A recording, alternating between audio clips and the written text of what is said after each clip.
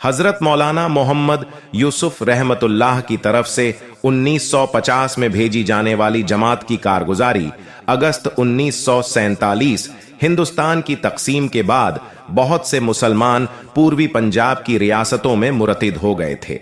जब हजरत मोहम्मद यूसुफ रहमतुल्लाह को जब इन हालात का पता चला तो सख्त सदमा हुआ, तो आप मार्च 1950 में तबलीगी मरकज बस्ती हजरत निजामुद्दीन में लगातार 8 दिन तक इसी मौजू पर बयान फरमाते रहे और तरगीब देते रहे कि मुझे चिल्ला या 3 चिल्ला नहीं चाहिए, बल्कि ऐसे आदमियों की जरूरत है जो या तो मर जाएं यानी अल्लाह के रास्ते में अपनी जान दे दें, या पूर्वी पंजाब के मुर्तदों को दोबारा इस्लाम में ले आएं।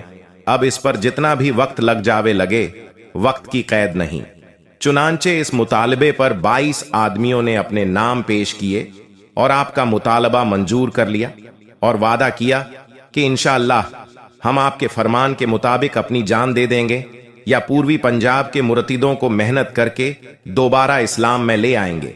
चुनांचे 22 आदमियों की 2 जमातें 11 आदमियों की तश्कील की गई। एक जमात के अमीर मोहम्मद इकबाल साहब और दूसरी जमात के अमीर हाजी कमालुद्दीन सहारनपुर वाले को बनाया गया। मौलाना मोहम्मद यूसुफ रहमतुल्लाह ने नगे पांव मस्जिद से बाहर निकलकर खूब रो रो कर दुआ की और दोनों जमातों को अल्लाह के सुपुर्द करके देर तक उनको देखते रहे और दुआ फरमाते रहे, और जमातों को रुखसत करते वक्त यह फरमाया था कि जमातें पानीपत पहुंचकर मौलाना बकाउल्लाह साहब के मशवरे से काम शुरू करें। जब ये दोनों जमातें पानीपत मौलाना बकाउल्लाह साहब के पास पहुंची तो मौलाना जमातों को देखकर कहने लगे कि तुम यहां कैसे आ गए, तुम हमको मरवाओगे। जमात के अहबाब को बुरा भला कहा और मस्जिद के अंदर जमातों को ठहरने न दिया और बाहर निकाल दिया। जमात वाले मजबूरी की हालत में शहर से बाहर निकल गए और एक वीरान मस्जिद में, जो इमाम साहब की मस्जिद के नाम से मशहूर थी, उसमें ठहर गए। इन दोनों जमातों ने मशवरा किया कि यहां से दोनों जमातें अलग अगल रुखों पर एक एक हफ्ता काम करके चिल्लापुर के मुकाम पर इकट्ठी हो जाएं। चुनांचे मशवरे के मुताबिक यह जमातें काम करती हुई ठीक वक्त पर चिल्लापुर पहुंच गई। इलाके की सूरत हाल, यहां पर 5 मस्जिदें थीं और 12 घर मुसलमानों के थे, जो सब के सब मुर्तिद हो चुके थे। उन्होंने मस्जिद के मिंबर को तोड़कर उसकी जगह बुत बना रखा था, जिसकी यह लोग पूजा किया करते थे।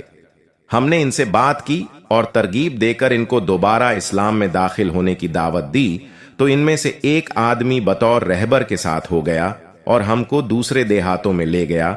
एक गांव में 10 या 12 आदमी छुपकर नमाज पढ़ते थे, बाकी सब के सब मुर्तिद हो चुके थे। हम इनको दोबारा छुपकर इस्लाम में आने की तरगीब देते रहे। इनमें 2 इमाम मस्जिद भी थे, जिन्होंने दाढ़ियां मुड़वाकर सर पर छोटी रखी हुई थी।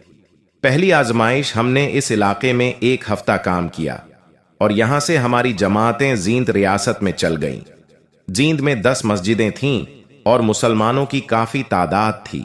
इनमें अक्सर मुर्तिद हो गए थे और बाकी छुपकर नमाज पढ़ते थे। इनमें से 5 साथी हमारे साथ चल दिए। इस जगह पर 4 दिन काम किया। बहुत से अहबाब ने अजान देकर नमाज अदा करनी शुरू कर दी। इस इलाके में हमारी शोहरत हो गई कि इस किस्म के लोग आए हुए हैं जो कि मुर्तिदों को दोबारा इस्लाम में दाखिल कर रहे हैं। पुलिस को हमारी रिपोर्ट कर दी गई, जिस पर पुलिस के 20 सिपाही ट्रक में सवार होकर आ गए और जिस मस्जिद में हमारी जमात ठहरी हुई थी उसमें दाखिल हो गए और जमात के साथियों को लाठियों से और बंदूक की बटों से मारना शुरू कर दिया। एक एक आदमी के ऊपर 3-3, 4-4 सिपाही चढ़ जाते, मारते और गालियां देते, जिससे हमारे तमाम साथियों का पाखाना और पेशाब तक निकल गया। आखिरकार हम सब बेहोश हो गए। इन जालिमों ने हम सबको बेहोशी की हालत में ही उठा उठाकर ट्रक में डाल दिया और अंबाला की जेल में ले गए और जेल के अंदर एक तंग और तारीक कोठरी में डाल दिया। और सुबह हम सबको कोठरी से निकाला और पूरी जेल का पाखाना हमसे उठवाया। इसी हालत में हमें 3 दिन गुजर गए ना। हमें खाने को दिया, न पानी पीने को दिया। पहली गैबी मदद। चौथे दिन हम तालीम कर रहे थे कि एक अफसर आया। उसने हमको देखा तो पूछा कि तुम यह क्या पढ़ रहे हो। हमने उसको अपनी तालीम का मकसद समझाया, मगर उसकी समझ में ना आया। उसने हमारे पास से तालीमी निसाब की किताब ले ली। थोड़ी देर पढ़ता रहा, फिर कहने लगा कि जर मैं इनकलाब से पहले मुल्तान में था तो हमारे बच्चों को कोई तकलीफ हो जाती थी तो हम इनको मुसलमानों के पास ले जाते थे जो तुम्हारी ही तरह के थे। इनको तबलीगी जमात वाले कहते थे, तुम भी उन्हीं में से मालूम होते हो। ये लोग अल्लाह के कलाम को पढ़कर दम कर दिया करते थे तो हमारे बच्चों को आराम आ जाता था। वे बहुत अच्छे लोग थे, मुझे उनसे बड़ी मोहब्बत हो गई थी। अगर तुम्हें किसी किस्म की कोई तकलीफ हो तो मैं तुम्हारी मदद करने को तैयार हूं। हमने कहा कि हमें तंग कोठरी में बंद किया हुआ है और हमसे कैदियों का पाखाना उठवाया जाता है जिसे हमारे कपड़े नापाक हो जाते हैं और 3 दिन से हमें खाना भी नहीं खाया। इसी पर उसने जेल के बड़े अफसरों को बुलवाया और हुक्म दिया कि फौरन इनको बड़ा कमरा दिया जाए और पाखाना वगैरह बिल्कुल न उठवाया जाए और इनका राशन जारी किया जाए। ये हुक्म देकर और हम सबसे मुसाफे करके वह चला गया। अल्लाह पाक ने हमारी गैवी मदद फरमाई। इसके बाद हमें इस जेल में काफी आसानी हो गई। हम अजान देकर नमाज पढ़ने लग गए। तलाश करने पर मालूम हुआ कि इस जेल में 240 मुसलमान कैदी और भी हैं। हमने इनको दावत दी तो इनमें से तकरीबन 80 कैदी हमारे साथ नमाज पढ़ने लग गए और तालीम से भी अक्सर इनमें से हमारे साथ शामिल होने लगे। इसी तरह इस जेल के अंदर हमने 18 दिन गुजारे। इसके बाद हमें रिहा कर दिया गया। नया हौसला, जेल से रिहा होकर हम रियासत बूढ़िया में चले गए। इस जगह के हालात भी बहुत खराब थे जिसकी वजह से हमारे 11 साथी मैं दोनों जमातों के अमीर साहबान छुप कर निकल गए। बाकी 11 साथी रह गए। जब हमें पता चला कि 11 साथी जा चुके हैं तो बाकी साथियों को बड़ा दुख हुआ, मगर अल्लाह ने हमारी मदद की और वह वादा जो कि हजरत रहमतुल्लाह से किया था याद दिलाया, जिसकी वजह से तमाम साथियों के हौसले बुलंद हो गए और काम करने का अहद किया। यह 11 साथी जो रह गए थे, इनके नाम यह थे: मोहम्मद फैजुद्दीन बिहारी, हाफिज गुलाम रसूल पंजाबी, मोहम्मद सुलेमान रुस्तम खां, अलिफ खां, वली खां, रोशन खां, मोहम्मद इसहाक, यूसुफ खां, करीम खां, कुंवर खां। इस जगह मौलाना अब्दुल करीम साहब थे। हम सब साथी मौलाना के पास गए और इनकी खिदमत में अर्ज किया कि आप हमारी कारगुजारी अपनी मारवत निजामुद्दीन तबलीगी मरकज में हजरत मौलाना मोहम्मद यूसुफ रहज़ू की खिदमत में रवाना फरमा दे, जिसमें हमने हजरत जी की खिदमत में यह भी अर्ज किया था कि अब हम अमीर किसको बनाएं और आइंदा काम कैसे करें। इस पर हजरत जी ने जवाब में फरमाया कि अमीर सुलेमान मेवाती को बना दिया जाए और मुकामी लोगों को ज्यादा तादाद में साथ न रखा जाए और कयाम हर हाल में मस्जिद में किया जाए, चाहे मस्जिद आबाद हो या गैर आबाद, और जमात को आगे बढ़ाया जाए। दूसरी आजमाइश निजामुद्दीन मरकज से जब यह पैगाम पहुंचा तो हमने यहां से अपना सफर शुरू किया। 10 दिन तक मुख्तलिफ मुकामात पर काम करते हुए हम अरूती पहुंच गए। इस जगह एक बहुत बड़ी मस्जिद थी जो वीरान पड़ी थी। हम इसमें ठहर गए। इस जगह पर पाकिस्तान से आए हुए सिख आबाद थे। जब इनको हमारा पता चला तो यह सिख बंदूकें और राइफलें लेकर मस्जिद में आ गए और हमें कत्ल करने को आमादा हो गए। जब हमने यह हाल देखा तो कहा कि तुम हमको कत्ल तो करोगे ही, हमारी एक बात मान लो कि हमें कत्ल करने से पहले नमाज पढ़ लेने दो। इस पर वह आमादा हो गए। हमने नमाज पढ़नी शुरू की और नमाज के अंदर ही हम रो रहे थे और अल्लाह ताला से मदद मांग रहे थे कि इन जालिमों ने नमाज की ही हालत में बंदूकों ये गोलियां बरसानी शुरू कर दी। तमाम साथी लहूलुहान हो गए। हर साथी के जिस्म को गोलियां चीर कर पार हो चुकी थीं और मस्जिद का सहन खून से रंगीन हो गया था। अमीर साहब के पांव में से 4 गोलियां पार हो गई थीं। अल्लाह की शान, खुद ब खुद गोलियां चलना बंद हो गई। हमारे साथियों में से कुछ बेहोश थे और कुछ होश में थे। दूसरी गैबी मदद, जब इन सिखों ने देखा कि बंदूकों से फायर बंद हो गए हैं तो वह हमारे पास आए और कहने लगे कि तुम यह क्या मंत्र पढ़ रहे हो कि हमारी बंदूकों खुद व खुद बंद हो गईं। हम फायर करना चाहते हैं मगर बंदूक नहीं चलती। हमने कहा कि हम न कोई मंत्र वगैरह पढ़ते हैं और न ही हम मंत्र वगैरह जानते हैं। हम तो उस मालिक का कलाम पढ़ रहे हैं जिसके कब्जे में हमारी जान है। वही हमारी जान का मुहाफिज है। मौत और जिंदगी उसके कब्जे में है। हम उसकी इबादत करते हैं और उसी से दुआ करते हैं। वही हमारा खालिक व मालिक है। यह सुनकर वह सब के सब चले गए। सिखों पर असर, हम सब साथियों ने कपड़े जलाकर अपने जख्मों को भरा और तमाम रात इसी हाल में गुजार दी। सुबह दिन निकलने पर वहीं सिख आए और अपने साथ एक डॉक्टर को लाए। उसने हमारे जख्मों पर मरहम पट्टी की और एक बाल्टी भी लाए जिसमें दूध था और हम सबको दूध पिलाया और कहने लगे कि हमसे गलती हुई है, अब तुम यहां से चले जाओ। एक सिख हमारी रहबरी के लिए हमारे साथ चला, जो मुसलमानों को बुलाता और हमसे मिलवाता, बात कराता।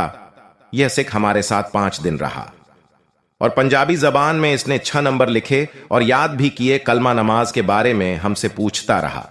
इसके जाने के बाद हम इस इलाके में 6 दिन तक काम करते रहे। हमारी गिरफ्तारी यहां से हमारी जमात खिजराबाद की जामा मस्जिद में पहुंच गई।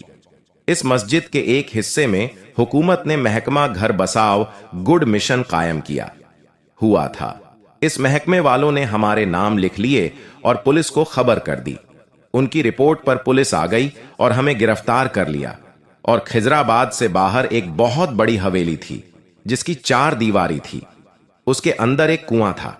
इनकलाब के जमाने में यहां पर मुसलमानों का काफिला आकर ठहरा था। मुसलमानों पर हमला करके सबको कत्ल कर दिया और उनकी लाशों को उस हवेली के अंदर जो कुआं था उसमें डाल दिया था। हमको इस हवेली के अंदर बंद करके दरवाजे में ताला लगाया तो हमको प्यास लगी।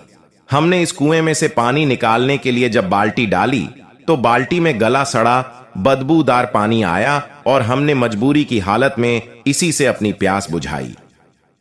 6 दिन हम इसी हवेली में भूखे प्यासे पड़े रहे। 6 दिन के बाद पुलिस वालों ने हवेली का दरवाजा खोला तो कुछ जिदा देखकर हैरान रह गए, क्योंकि उनका अंदाजा था कि यह लोग भूखे प्यासे से मर जाएंगे और फिर इनको भी इसी कुआं में फेंक देंगे। पुलिस वालों ने हवेली के पास रहने वालों से पूछा कि तुमने हवेली का दरवाजा तो नहीं खोला? उन्होंने कहा कि नहीं। उसके बाद उन्होंने हमें हवेली से निकाला और कहने लगे कि हुकूमत का हुक्म था, इसलिए हमने तुमको यहां बंद कर दिया था। हमने तुम्हारे अंदर कोई गलत बात नहीं देखी, लिहाजा अब तुम यहां से पहाड़ी नाहन के इलाके में चले जाओ। हम यहां से पहाड़ी नाहन के इलाके में आ गए। तीसरी आजमाइश, इस इलाके में हमने 15 दिन काम किया और मुर्तिदों को दोबारा इस्लाम में दाखिल किया। इस इलाके के मुर्तिदों को हमारी बातों से बड़ी हौसला अफजाई हुई और काफी तादाद में मुर्तिद दोबारा मुसलमान हो गए। मगर इनमें से जो मुनाफिक किस्म के लोग थे, उन्होंने पुलिस को खबर कर दी कि इस किस्म के लोग आए हुए हैं जो मुर्तिद मुसलमानों को दोबारा इस्लाम में दाखिल कर रहे हैं।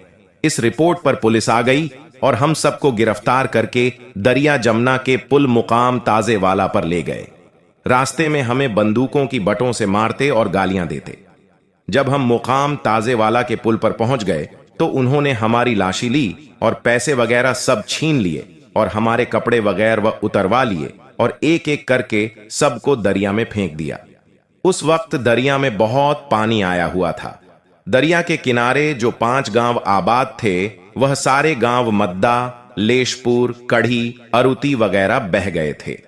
दरिया में फेंके जाने के बाद जब हमने इधर उधर देखा तो पानी के अलावा कुछ दिखाई न दिया। हमारे सब साथी बेहोश हो गए।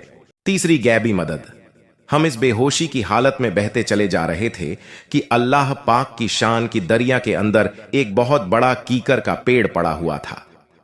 हम सब साथी उस पेड़ में उलझ गए।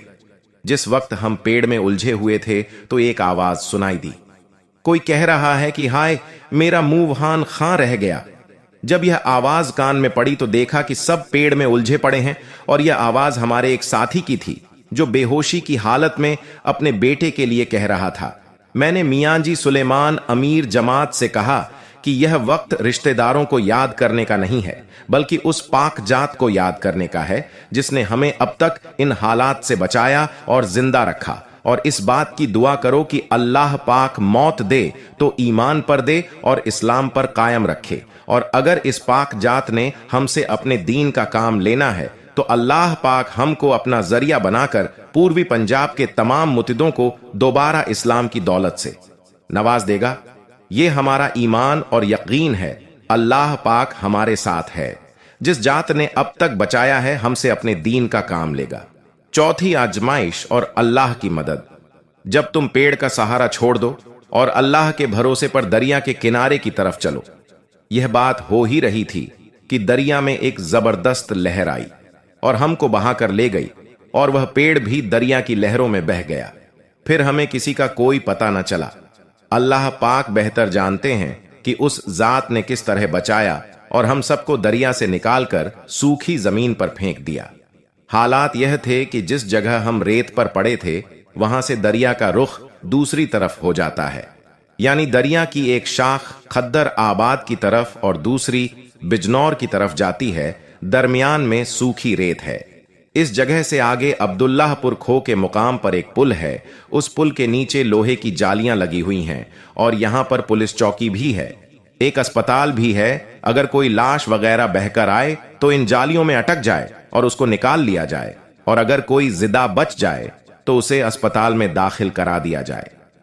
चुनांचे जब पुलिस ने हमें दरिया में फेंका था, पुर के मुकाम पर खबर कर दी थी कि हमने 12 मुसलमानों को हमें दरिया में फेंका था। उसने अब्दुल्लाह दरिया में फेंका है। इनकी लाशों को मत निकालना, बल्कि आगे दरिया में बहा दिया जाए। अल्लाह की शान कि उसने हमें दरिया से निकालकर पहले ही रेत पर डाल दिया था। दरिया के किनारे मछली पकड़ने वाले और धोबी कपड़े धोने वाले मौजूद थे, जो हमको देखकर दूर हट गए। जब सूरज की गर्मी से हमारे जिस्म गर्म हुए तो होश आया तो देखा कि हमारे आंख, कान, नाक में मिट्टी भरी हुई थी और हमारे तमाम साथियों के जिस्म अक्सर नंगे थे। हमने अपनी उंगलियों से अपने नाक, कान और आंखों की मिट्टी निकाली और सब एक जगह जमा हो गए, क्योंकि हम सब साथी एक मुरब्बा जमीन के फासले से जगह जगह पड़े हुए थे। कपड़े फाड़कर सतर छुपाया। इस वक्त दिन के 12 बजे थे और जुमे का दिन था। हमें जुमे रात को 12 बजे फका गया था, यानी 24 घंटे हम पानी में रहे और हमारे जिस्मों पर जो जख्मों के निशान थे वे पानी की वजह से सफेद हो गए थे। अल्लाह पाक ने गैबी मदद फरमाई कि हमारे एक साथी ने कपड़ों की गठरी कमर से बांध रखी थी। खुदा की शान, इन पुलिस वालों ने इस साथी को कपड़ों समेत दरिया में फेंक दिया था और यह गठरी उसकी कमर से बंधी हुई थी। इसमें 2-4 कुर्ते और एक पगड़ी थी। हम सब साथियों ने चीज फाड़ फाड़ कर अपने सतर ढांपे और यहां से खिजराबाद की जामा मस्जिद में पहुंच गए। जुमा का दिन था। इस मस्जिद में देहात के लोग जुमा की नमाज पढ़ने के लिए आए हुए थे। यह लोग हमें देखकर घबरा गए और हमें मस्जिद के अंदर दाखिल नहीं होने दिया। कहने लगे, तुम लोग कौन हो? मगर हम जबरदस्ती मस्जिद में दाखिल हो गए और मस्जिद के एक कोने में बैठकर अल्लाह के जिक्र में मशगूल हो गए। उन लोगों ने उन्हीं पुलिस वालों को जिन्होंने हमें दरिया में फेंका था खबर कर दी कि इस किस्म के 11 आदमी हैं और जामा मस्जिद खिजराबाद में मौजूद हैं। उन्होंने फौरन 2 सिपाही भेज दी ताकि मस्जिद के अंदर किसी को बाहर न निकलने दें। इन दोनों सिपाहियों ने मस्जिद के दरवाजे पर पहरा लगा दिया और कहा कि मस्जिद के अंदर जिस कदर लोग हैं सब मस्जिद के अंदर ही रहें। अगर कोई बाहर आएगा तो हम उसको गोली मार देंगे। इस हुक्म को सुनकर वे सब लोग घबरा गए और हमें बुरा भला कहने लगे। ये कहां गए? इन्होंने अपने साथ हमें भी मुसीबत में फंसाया है ना मालूम, अब हमारा क्या हश्र होगा।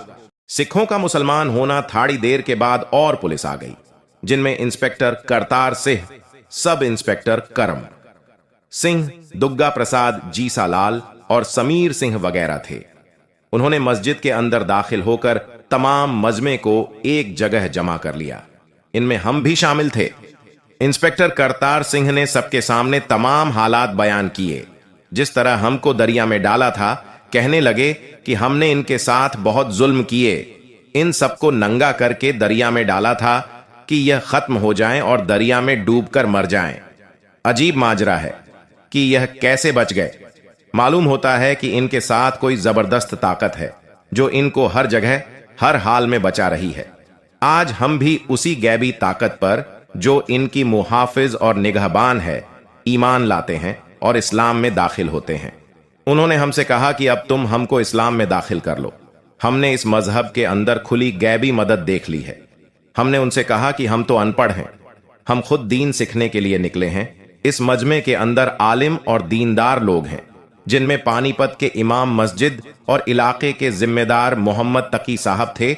उन्होंने इनको गुस्ल दिलाकर कलमा पढ़ाया और पूरे तरीके से दीन इस्लाम में दाखिल कर लिया। उन्होंने कहा कि अब तुम बिल्कुल आजाद हो, तुम पर आज से कोई पाबंदी नहीं है। नुसरत खुदावंदी का नज़ारा, हमारी आज़ादी और सिखों के इस्लाम कबूल करने के बाद उन्होंने हमारे लिए कपड़े मंगाए और दूध, मिठाई और खाना वगैरह खूब खिलाया। जिस वक्त हम खाने पर बैठे उस वक्त 6 बज चुके थे। गोया 30 घंटे के बाद अल्लाह पाक ने हमें खाना खिलाया और अपनी कुदरत से यह 30 घंटे का अरसा अपनी हिफाजत में रखकर पूरा फरमाया और हमारा यह अशरा बड़े एजाज़ इकराम में गुजरा। दूर दराज से मुस्लिम और गैर मुस्लिम हमारी जियारत को आते थे और दुआएं कराते थे। बहुत से मुरतिद खुद ब खुद दोबारा इस्लाम में दाखिल हो गए। हजरत जी राह जीरो के इरशाद पर निजामुद्दीन वापसी। यहां से हमने अपनी कारगुजारी तबलीगी मरकज को रवाना की। मियाँ जी दीन मोहम्मद को रकम वगैरह देकर हमारे पास भेजो और फरमाया में आज जी के साथ वापस निजामुद्दीन मरकज आ जाएं। 15 महीने का अरसा गुजार कर हम भी आपके साथ मरकज आ गए और हजरत जी मौलाना यूसुफ ने तब हमारी कारगुजारी सुनी और खूब दुआ दी।